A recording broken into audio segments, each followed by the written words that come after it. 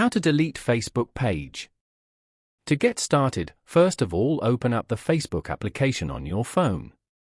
You will then be taken to the Facebook homepage. Here, you can view posts and stories of your friends or pages that you follow on Facebook. On this page, go to the bottom right corner and tap on Menu. Then, go to Settings and Privacy. Tap on Settings. Once you're here, scroll down to the Your Information section. Go to Access and Control.